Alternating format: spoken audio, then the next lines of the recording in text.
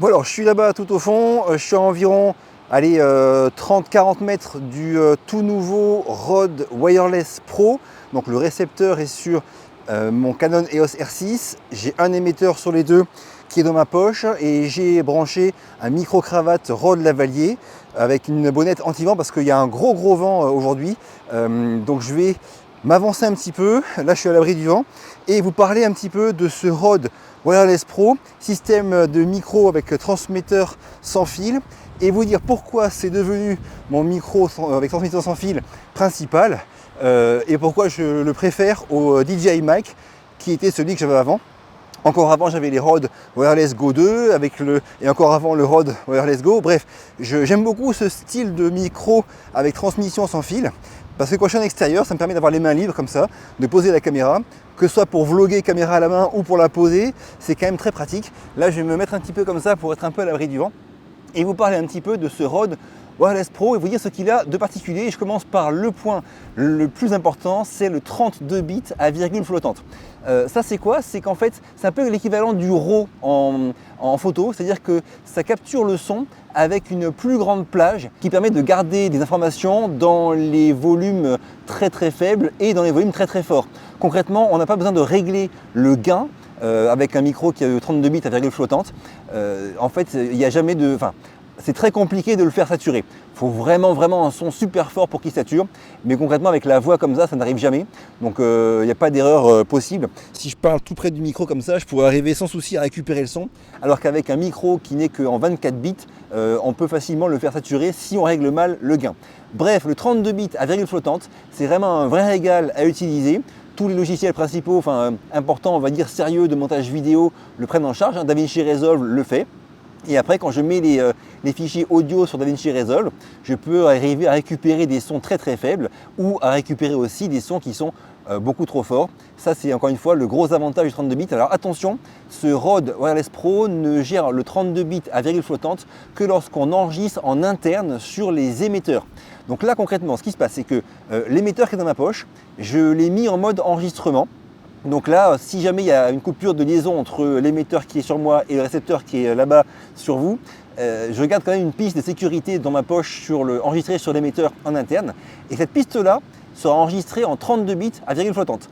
A l'inverse, la piste qu'enregistre le récepteur et qu'il transmet à mon Canon EOS R6, elle est enregistrée en 24 bits. Donc pensez bien à ça, hein. Si vous n'activez pas l'enregistrement interne de votre transmetteur, vous n'aurez pas le 32 bits. Ça, c'est un point qui est important à bien avoir en tête. Donc voilà, en gros, ce 32 bits, c'est vraiment un point qui est hyper intéressant. Moi, avant, en déplacement, j'utilisais parfois les Zoom F2 BT pour leurs 32 bits à virgule flottante. Et du coup, le DJI Mic, par exemple, n'a pas ça, hein. Il fait entre guillemets que du 24 bits. Alors, je précise que ce kit Rode Wireless Pro, je l'ai acheté. C'est pas une vidéo qui est sponsorisée par Rode. J'ai aucun lien avec Rode. Si elle vous est utile ou agréable, cette vidéo, pensez bien à me le dire en commentaire, à me défoncer le bouton like, à la partager, à vous abonner. Ça m'aide beaucoup. On y retourne. Et encore une fois, c'est un gros avantage de ces Rode Wireless Pro, mais c'est pas le seul. Je vous parlais à l'instant du Zoom F2 BT. Ce Zoom F2 BT, il a aussi un truc qui est sympa, c'est que le micro-cravate qu'on y branche a un petit pas de vis pour bien le fixer sur le transmetteur. C'est le cas aussi sur ce Rode Wireless Pro. Donc ils sont fournis avec le kit, en fait, comprend deux micro-cravates de chez Rode, les Rode Lavalier, qui valent chacun 96 €. Hein. On en a deux fournis dans le pack avec aussi les bonnettes intégrées, hein, celles que j'ai mises là. C'est bon, ça tient. Et en fait, ces micro-cravates ont une petite vis en bas qui permet de bien fixer le mini jack en fait sur le transmetteur. Ça, que ce soit pour moi ou pour un client en mariage ou quoi, de pouvoir être sûr que le micro-cravate ne se barrera pas de l'émetteur et que j'aurai un son qui sera vraiment bien tout le temps. C'est un second point qui est hyper intéressant. C'est vraiment tout bête, hein. Mais encore une fois, c'est un point qui est important quand on veut être sûr d'avoir un son qui est propre et ne pas avoir le micro qui se barre. Troisième point, on parle des batteries. Donc ce système de micro avec transmission sans fil est fourni avec un chargeur. En fait, c'est une sorte de petite housse dans laquelle on vient insérer les deux émetteurs et le récepteur. Ils s'y branchent en fait avec leur petite fiche USB-C et ils se rechargent. Donc cette boîte, en fait, c'est à la fois une batterie qui permet de charger les deux émetteurs et le récepteur. C'est aussi quelque chose qu'on peut brancher soit pour recharger la batterie qui est incluse, soit pour le mettre sur un PC ou un Mac. Et au niveau autonomie, on a du coup 7 heures sur chaque émetteur par exemple, qu'on peut recharger 2 fois en tout avec la batterie qui est dans la boîte. Donc au total, on a 3 fois 7, donc 21 heures d'autonomie totale avec les 2 recharges incluses. Contre eux, si on compare ça au DJI Mic, eux c'est 5 heures d'autonomie qu'on recharge aussi 2 fois dans le boîtier, donc 15 heures en tout, donc 15 heures avec ce petit kit DJI Mic contre 21 heures avec celui du Rode Wireless Pro. C'est aussi un avantage qui est intéressant, même s'il faut aussi prendre en compte que le boîtier du DJI Mic est plus petit, plus sympa, vraiment rigide. Celui du Rode Wireless Pro, il est un peu plus costaud, plus massif. Mais bon, c'est comme ça, c'est aussi entre guillemets le prix à payer pour avoir ces 21 heures contre 15 heures au niveau autonomie. Alors je me rapproche, point suivant, tant que je parle de cette housse boîte là qui sert à ranger et à charger aussi les 2 émetteurs et le récepteur, et bien quand on la branche sur un PC ou sur un Mac, on voit en fait comme s'il y avait 2 disques durs. C'est-à-dire que cette boîte, on peut la brancher directement sur un ordinateur et avoir accès aux fichiers qui sont sur chacun des émetteurs. Vous savez, ces fichiers qu'on enregistre, comme je le fais en ce moment là en 32 bits, et bien pas la peine de les brancher l'un puis l'autre, ce qui est assez fastidieux et ce qui est commun à tous les micros différents de celui-là. Là, on n'a qu'à brancher la boîte directement et on voit les deux disques en fait apparaître et on peut directement aller prendre ces fichiers en 32 bits et les mettre sur un répertoire, un dossier ou directement sur un montage vidéo. C'est aussi un point qui est très sympa et qui fait aussi bien sûr gagner beaucoup de temps par rapport à si on devait les mettre un par un et puis aller passer par le logiciel Rode Central pour les traiter. Bref, là on peut directement traiter ces fichiers et les utiliser en utilisant le coffret de chargement. Point suivant, au niveau portée, je ne fais pas le test ici, mais c'est annoncé à 250 mètres. Alors j'ai fait un test et j'ai pas les images, comme là je suis en vacances, je suis pas en France, j'ai pas les images de mon test, mais ce que je voulais vous dire, c'est que j'ai remarqué juste que c'était un peu mieux que les Rode Wireless Go 2 en termes de fiabilité quand on s'éloigne. Bien sûr, sur ce style de micro avec transmission sans fil, pensez bien qu'il faut idéalement que le micro soit en vue directe de la caméra.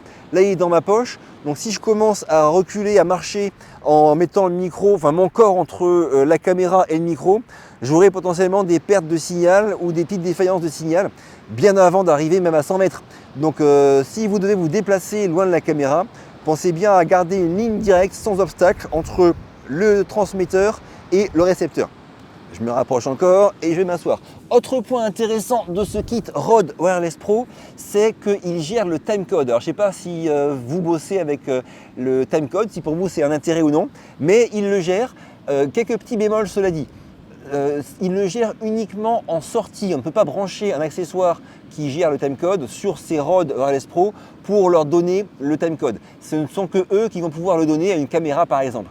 Le second point sur ces timecodes, c'est qu'on ne peut les paramétrer correctement que depuis le logiciel ou l'application, mais pas directement sur les Rode Wireless Pro, surtout sur le récepteur, parce que les émetteurs, on ne peut pas paramétrer grand chose, c'est le récepteur qui a l'écran et les boutons pour tout paramétrer, tout sauf le timecode. Ça, il faut vraiment impérativement les paramétrer d'abord sur Rode Central, qui est l'application ou le logiciel qui sert à gérer ces Rode Wireless Pro. Bref, ceux qui travaillent avec les timecodes, ces Rode Wireless Pro, c'est aussi un de leurs avantages. Alors avant de parler un petit peu des points qui sont un peu des limites ou des défauts, en tout cas à mon avis, de ces Rode Wireless Pro, dernier point intéressant, c'est le rapport qualité-prix. Alors c'est un pack qui coûte assez cher, on est autour de 450 €, même un peu plus, mais vu tout ce qu'il y a dedans, le rapport est vraiment hyper intéressant je trouve. On a quand même donc le kit de 2 émetteurs, un récepteur avec la housse qui fait batterie. On a une seconde housse à côté dans laquelle on trouve donc les 2 micro-cravates qui coûtent chacun encore une fois 96 €. Toutes les bonnettes, à la fois les bonnettes anti-vent pour les micro-cravates, mais aussi pour les transmetteurs, parce qu'eux aussi ont un micro intégré bien sûr, avec une bonnette anti-vent qui est fournie. On retrouve différentes petites accroches pour accrocher des pinces pour mettre sur les micro-cravates sur un pull, tout ça. Bien sûr, le câble pour brancher le récepteur à un boîtier photo, un câble de chargement. Bref, tout ce kit, il est vraiment très très fourni et je trouve que le rapport qualité-prix est vraiment intéressant. Bien évidemment, maintenant on passe sur les points négatifs et ce sera aussi le prix en premier, ça coûte quand même cher. Ceux qui n'ont pas besoin de tout ça, pas besoin des timecodes ou d'avoir 2 micro-cravates qui coûtent chacun quasiment 100 €, bien évidemment, le DJI Mic par exemple reste aussi un très très bon choix. Ce kit Rode Wireless Pro, ça coûte quand même cher. Mais encore une fois, si on balance tout ce qu'il y a dedans, c'est pas si cher que ça au final. À vous de voir si vous en avez besoin de tout ça ou non. Autre petit bémol que je trouve par rapport notamment au DJI Mic, c'est qu'on n'a pas ici d'écran tactile. Sur le DJI Mic, c'est vraiment très pratique de naviguer dans les menus et de tout régler. L'écran tactile, c'est un vrai régal. Ici, on reste sur des boutons avec non seulement c'est moins ergonomique, mais en plus, on n'a pas toutes les fonctions qui sont réglables, notamment les timecodes. Bref, c'est un petit peu en retrait par rapport au DJI Mic en termes d'ergonomie, je trouve. Et enfin, dernier petit désavantage, en tout cas par rapport au DJI Mic, c'est la place que ça prend. Ça fait deux housses qui sont assez grosses finalement. Et c'est sûr que le kit DJI Mic, il est plus petit. Son son est bon aussi, même si on n'est que entre guillemets sur du 24 bits. Donc si vous voulez un truc vraiment très léger, le DJI Mic sera plus intéressant. Alors quelques points importants. Déjà pour ceux qui se posent la question, ce kit marche pas uniquement avec des boîtiers photo, on peut aussi, ou caméra, on peut aussi le mettre sur un smartphone. Là c'est mon iPhone 15 Pro Max qui me filme. J'ai branché en USB-C le récepteur Rode Wireless Pro et l'émetteur donc est dans ma poche avec le micro cravate. Et ça marche complètement comme ça. Quand on met l'application Rode Central, on peut aussi paramétrer tout ce qui va bien comme si on avait un PC ou un Mac. Bref, ça marche aussi pour des smartphones par exemple, ou pour une GoPro si vous avez le Media Mode pour brancher un accessoire, un micro externe. Ça c'est le premier point. Second point, c'est au niveau des défauts. J'ai oublié de vous dire sur la vidéo principale que il y a aussi un truc qui me saoule un petit peu, c'est la petite pince qui sert à accrocher le micro-cravate là au t-shirt. Cette pince, des fois le micro il peut facilement s'en enlever si on fait pas gaffe. Donc je trouve que ce système là de pince est pas forcément aussi efficace que je l'aurais voulu. Et troisième point qui est aussi important, c'est que je vous ai parlé du fait qu'on pouvait directement récupérer les fichiers en 32 bits sur les transmetteurs en les branchant à un PC ou à un Mac et en passant par Rode Central, en branchant directement le coffret de recharge contenant les deux transmetteurs et le récepteur sur un PC ou un Mac, ou en branchant directement un émetteur sur un PC ou un Mac. On peut donc dans Rode Central avoir accès aux fichiers audio qui sont enregistrés en interne sur les transmetteurs et on a le choix de les exporter dans différents formats audio. On peut exporter ces fichiers en 32 bits si on souhaite en 24 bits pour les travailler plus facilement si on veut. Mais bon, moi c'est pas ce qui m'intéresse. Moi je préfère avoir les fichiers bruts en 32 bits, les mettre directement sur DaVinci Resolve et pouvoir après directement les travailler là-dessus. Mais bon, c'est possible, on peut aussi traiter les fichiers comme on souhaite et exporter comme on souhaite en utilisant Rode Central. Je trouve aussi bien qu'on puisse ne pas passer par Rode Central. À un moment, Rode Central, l'application était vraiment lente et pénible. J'ai eu pas mal de bugs dessus, de soucis. Ils ont été réglés et maintenant ça marche beaucoup mieux. Mais on peut carrément s'en passer en prenant directement les fichiers en 32 bits si on le souhaite sur les émetteurs ou sur le coffret de chargement, enfin la boîte de chargement. L'application aussi, elle marche bien sur smartphone. Franchement, bravo à Rode parce que le DJI Mic était devenu un petit peu la référence des micros à transmission sans fil. Et là, ils ont su sortir un produit qui non seulement comble tout le retard qu'ils avaient, mais en plus apporte des choses essentielles comme ce 32 bits. Bref, aujourd'hui, selon moi, c'est devenu le meilleur kit de micro avec transmission sans fil. Maintenant, forcément, c'est comme tout, ça va avancer, progresser. Il y aura des réponses de concurrents. On verra ce que proposera DJI dans les mois, années à venir, j'en sais rien. Mais encore une fois, celui-là, aujourd'hui, je vous le conseille vraiment les yeux fermés pour son petit pas de vis là, qui bloque le jack sur le transmetteur, pour sa mémoire, leur mémoire interne, l'enregistrement en 32 bits en interne, la fiabilité, le son aussi, le son Rode, on sait que ça marche correctement. Bref, plein de choses qui font que selon moi, c'est devenu aujourd'hui la nouvelle référence. Dites-moi vous en commentaire ce que vous en pensez. Si la vidéo vous a plu ou été utile, pensez à la partager à vos proches, à vous abonner, à mettre un petit pouce bleu, à me le dire en commentaire, ça m'aide beaucoup tout ça. Je vous quitte, à très vite et d'ici là, bougez-vous purée. Bougez-vous.